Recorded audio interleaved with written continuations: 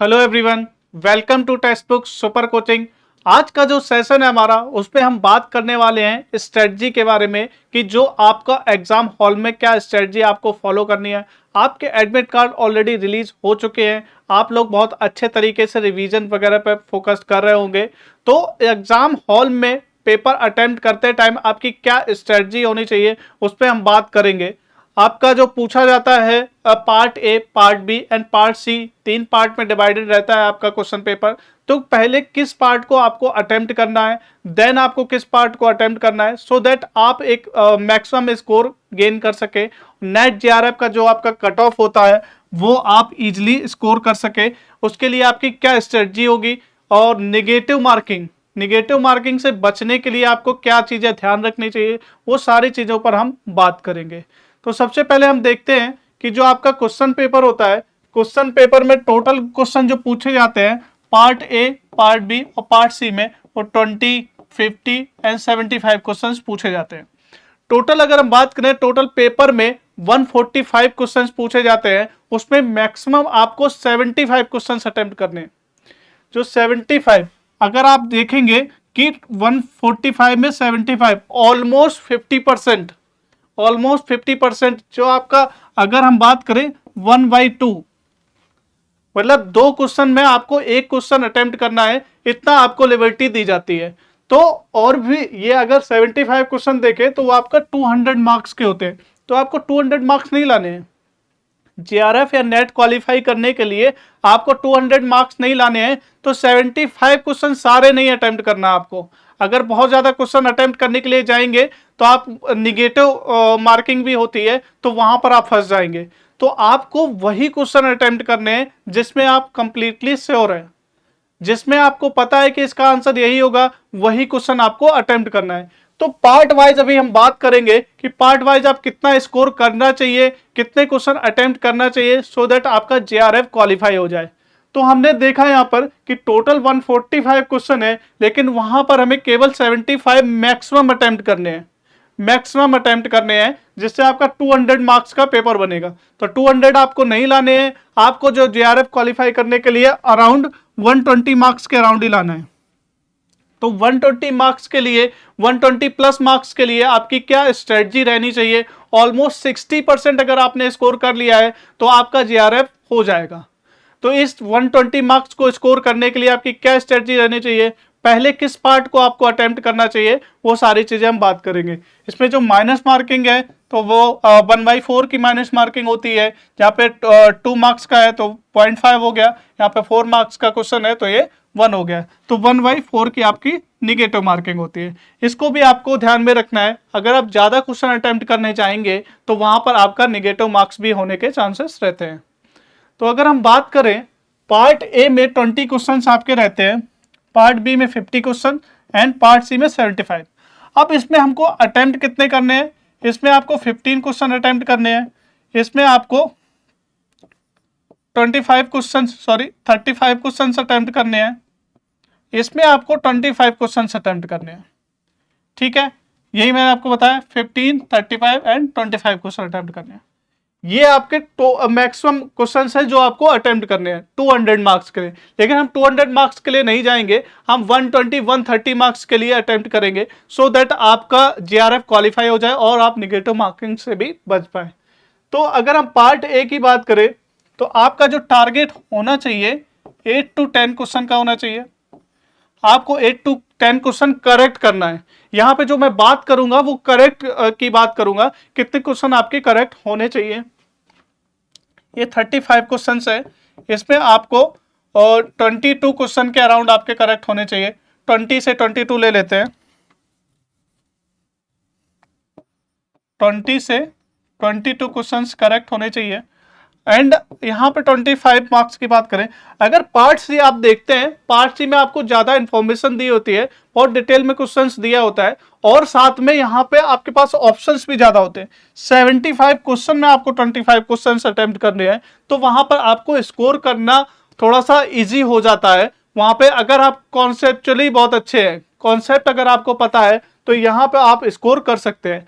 Part B की अगर बात करें तो पार्ट बी में थोड़ा सा इस तरीके के क्वेश्चंस आते हैं, स्ट्रेट फॉरवर्ड कि अगर आपको आंसर पता है तो पता है, नहीं पता है तो वो आपको आगे बढ़ना होता है। लेकिन पार्ट सी में अगर कॉन्सेप्ट वहां पे अच्छे से अप्लाई होता है और आपको लेंदी थोड़ा सा क्वेश्चंस मिल रहे होते हैं तो यहाँ पर थोड़ा सा स्कोर करना इजी हो जाता है। तो यहाँ पर हम लेके चलते हैं 18 to 20 क्वेश्चन, 18 to 20 क्वेश्चंस। अगर आपने इतना स्कोर कर लिया, इतना क्वेश्चंस अच्छे से अटेम्प्ट कर लिए, तो आपका स्कोर कितना बनेगा वो एक बार देख लेते हैं। 8 to 10 क्वेश्चन है, अगर आप बात करते हैं 10 क्वेश्चन आपने अटेम्प्ट किए, उसमें आपके 8 करेक्ट हो गए और 2 इनकरेक्ट हो गए, ठीक है, 8 करेक्ट एंड 2 इनकरेक्ट, तो आपका स्कोर यहाँ पे क्या बनेगा 8, 16 और 2 इनकरेक्ट का 1 माइनस हो जाएगा, तो 15 मार्क्स यहाँ पे बन जाएगा आपका। अगर यहाँ पे बात करें आपने 22 अटेम्प्ट किए, 20 आपके सही है, तो यहाँ पे 20 करेक्ट है, यहाँ पे 2 इनकरेक्ट है, 2 इनकरेक्ट अगर होते हैं तो यहाँ पे आपका कितना मार्क्स बनेगा जाके 18, 20, 40 और 1 गया 30 मार्क्स, 39 मार्क्स यहाँ पे बनेगा। 18 to 20 में आपका यहाँ पे भी 2 इनकरेक्ट मान लेते हैं, 18 करेक्ट और 2 इनकरेक्ट, तो यहाँ पर भी अगर आप देखेंगे तो ये 4 मार्क्स का क्वेश्चन होता है। 18 4 72, 72 2 इनकरेक्ट होते हैं, तो आपके 70 मार्क्स बनेंगे जाके। तो अगर हम टोटल देखें आपका 15 मार्क्स हो गए, 39 एंड 70, ये आप देखेंगे तो 4 11 सॉरी 124 124 मार्क्स आपके यहाँ पे बन जाएंगे। तो इसी तरीके से हमें यहाँ पर अगर आप देखोगे तो 20 क्वेश्चंस है, उसमें आपको 15 क्वेश्चन अटेम्प्ट करने हैं, 15 टोटल अटेम्प्ट करें, लेकिन आपके पास तो टोटल 20 क्वेश्चन है ना, टोटल 20 क्वेश्चन में आप 10 अटेम्प्ट कर रहे हैं, मतलब 50% ही आप अटेम्प्ट कर रहे हैं। 2 क्वेश्चन में आपको 1 क्वेश्चन करेक्ट करना है, तो आप इजिली यहाँ पे स्कोर कर सकते हो 15 मार्क्स, ठीक है। जितना ज्यादा मैंने यहाँ पे क्वेश्चन गलत होने की भी पॉसिबिलिटी ले रखी है कि ऐसा नहीं होता है कि आप 100% आप एक्यूरेसी के साथ कर लें, 1-2 क्वेश्चन गलत भी होते हैं तो उसकी भी हमने पॉसिबिलिटी यहाँ पे ले रखी है। तो अगर इस तरीके से अगर आप अटेम्प्ट करोगे, यहाँ पर देखोगे 50 क्वेश्चन है, 50 क्वेश्चन में आपको 22, तो ऑलमोस्ट 5 क्वेश्चन में 2 क्वेश्चन आपको अटेम्प्ट करने हैं, 2 क्वेश्चन करेक्ट करने हैं, 5 में से 2 क्वेश्चन करेक्ट करने हैं, तो आपका ये स्कोर बन रहा है। इसी तरीके से यहाँ तो 75 क्वेश्चन है, 75 में हम 20 लेके चल रहे हैं, ऑलमोस्ट 1/4, 4 क्वेश्चन में आपको 1 क्वेश्चन करेक्ट करना है। तो इस तरीके से कि अगर स्ट्रेटजी आप लेके चलेंगे तो आप इजिली यहाँ पे 120 क्रॉस कर जाएंगे, 124 के अराउंड बन रहा है। इसी तरीके से आप और थोड़ा सा कुछ क्वेश्चंस होते हैं जो आपको ऑलरेडी आ रहे होते हैं, तो वो आप अटेम्प्ट कर लीजिए। ऐसा नहीं है कि मैंने आपको बता दिया कि 10 क्वेश्चन ही अटेम्प्ट करने हैं या 12 क्वेश्चन ही अटेम्प्ट करने हैं, ये मिनिमम है जो आपको जेआरएफ क्वालिफाई करने के लिए अटेम्प्ट करने हैं। अगर आपको और भी क्वेश्चंस आ रहे हैं तो वो उसको अच्छे से अटेम्प्ट करिए, आपका स्कोर और अच्छा बनेगा, आप एक रैंक होल्डर बनेंगे। तो यहाँ पे जेआरएफ क्वालिफाई करने के लिए ऑलमोस्ट आपको 124 अगर आपका आता है तो इजिली आपका जेआरएफ क्वालिफाई हो जाएगा।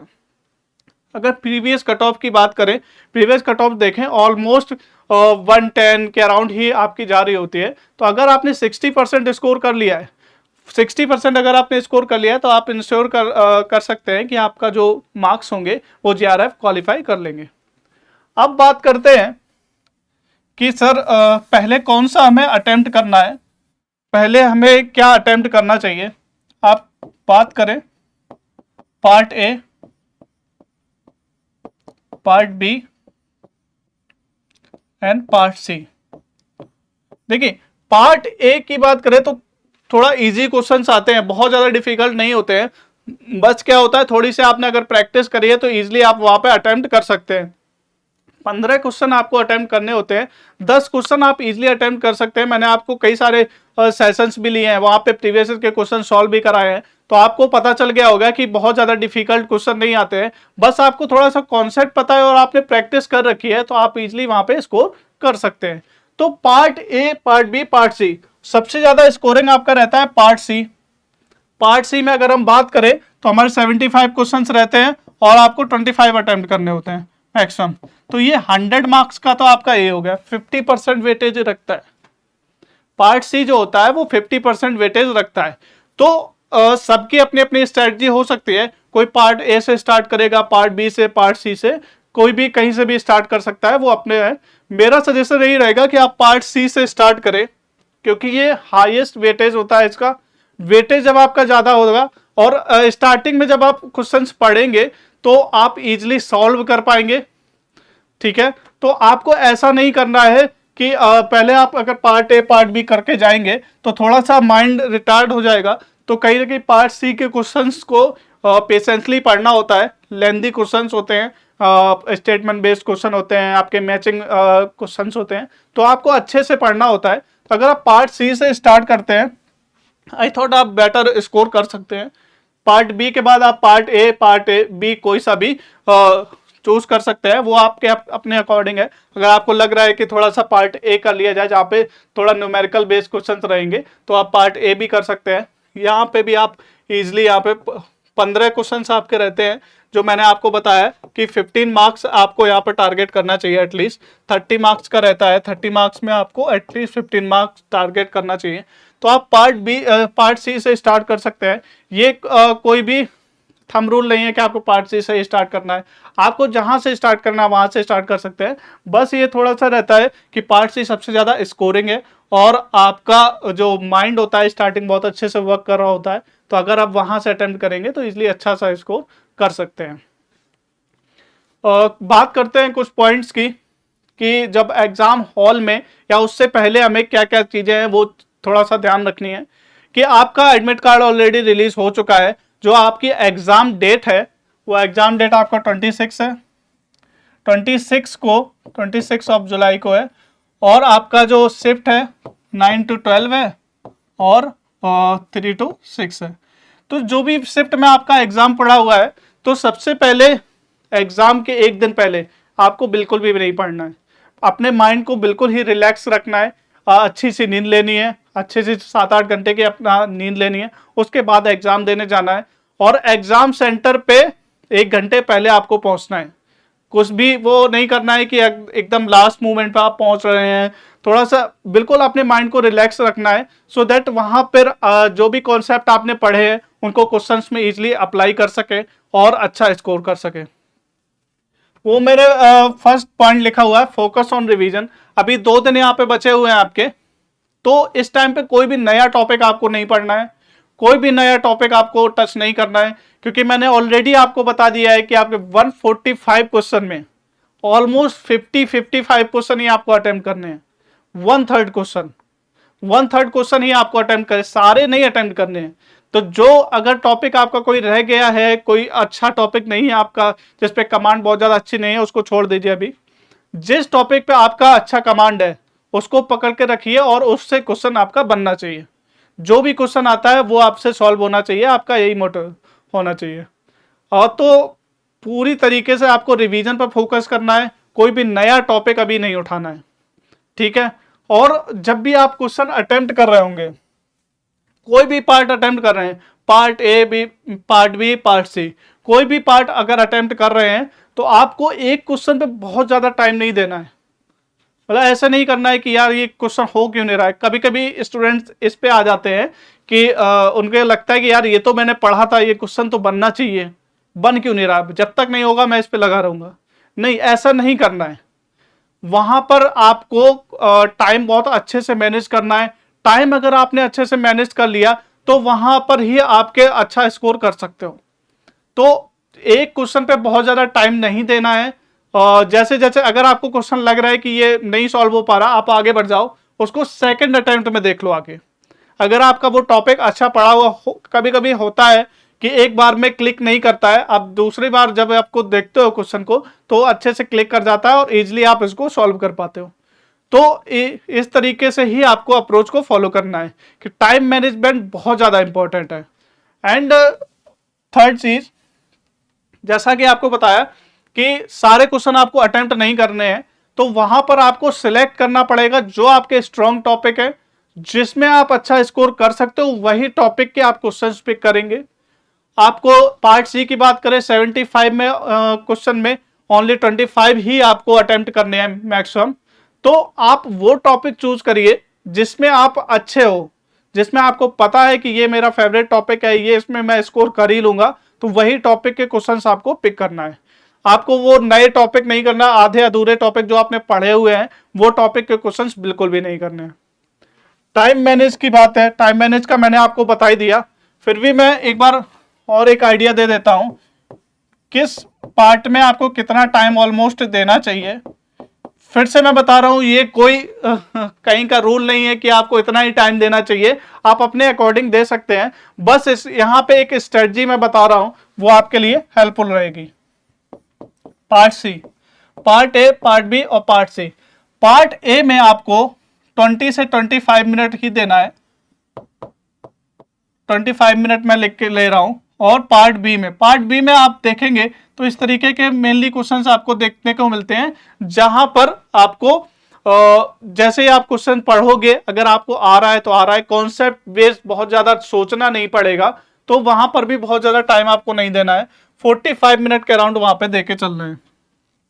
पार्ट सी में थोड़ा सा कॉन्सेप्चुअल क्वेश्चंस रहते हैं, थोड़ा लेंथी क्वेश्चन है, क्वेश्चन को पढ़ने में वहां पर भी टाइम लगता है, तो वहां पर आपको अच्छे से टाइम देना है, 1 आवर 20 मिनट के अराउंड आप वहां पर लेके चलिए। ठीक है, तो यहाँ कितना टाइम हो गया, 25 प्लस 45 70 मिनट हो गए, 80 मिनट हो गए, 150 मिनट। जो बचा हुआ टाइम है, जो भी बचा हुआ टाइम है, एक बार फिर से क्वेश्चन पेपर को देखने के लिए, जो कुछ क्वेश्चन होते हैं जो आप मार्क कर लेते हैं, इनको हम फिर से दोबारा देखेंगे, वो टाइम में आप वहां पर देखेंगे। अगर आपको कोई क्वेश्चन है जिसमें आपने मार्क कर दिया है रिव्यू के लिए, आप वहां पर करेंगे। 20 से 25 मिनट उसके लिए आपको बचा के रखने ही है, जब भी सारा अटेम्प्ट होने के बाद उनको फिर से देखना है, सो दैट ये स्ट्रेटजी ना आपको निगेटिव मार्किंग से बचाएगी। अगर आपको लग रहा होगा श्योर वाले क्वेश्चंस को, तो आप वहां पर उसको मार्क करेंगे, अदरवाइज उसको अनटिक कर देंगे। ठीक है, तुक्के नहीं मारना है, तुक्के बिल्कुल नहीं मारना है, बहुत अवॉइड करना है इसको। क्या अदरवाइज आपने अच्छा स्कोर किया भी होगा, माइनस मार्किंग में आपके स्कोर चले जाते हैं, तो इसलिए तुक्के अवॉइड करना है। आपका जो श्योर शॉट है वही आपको अटेम्प्ट करना है।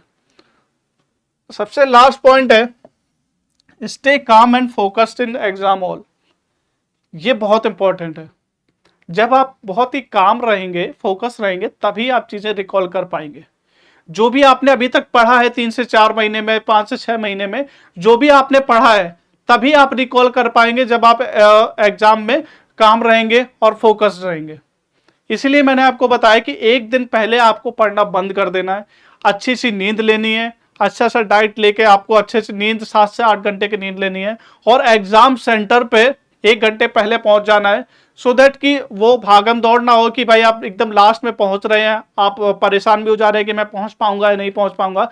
इसलिए आपको इंपॉर्टेंट चीज है कि काम रहना है, क्योंकि जो भी 5-6 महीने की आपकी पढ़ाई है तभी काम आएगी जब वहां पे एकदम आप काम रहेंगे, अच्छे से फोकस होकर क्वेश्चंस को पढ़ रहे होंगे।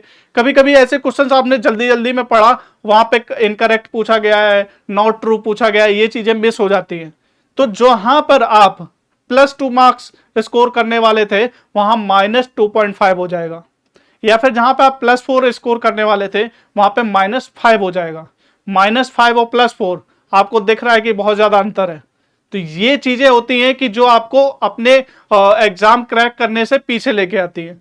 तो इस तरीके से आपको स्ट्रेटजी फॉलो करनी है, और लास्ट टाइम में बस आपको अभी रिवीजन पे फोकस करना है, कुछ भी नया नहीं पढ़ना है। आई थॉट ये आपको वीडियो अच्छा लगा होगा। अगर अच्छा लगा है तो इस सेशन को लाइक कीजिए, और आपका क्या सोचना है इस स्ट्रेटजी के बारे में, किस तरीके की स्ट्रेटजी आप फॉलो करने वाले हो एग्जाम में, कमेंट करके बताइएगा। Thank you everyone.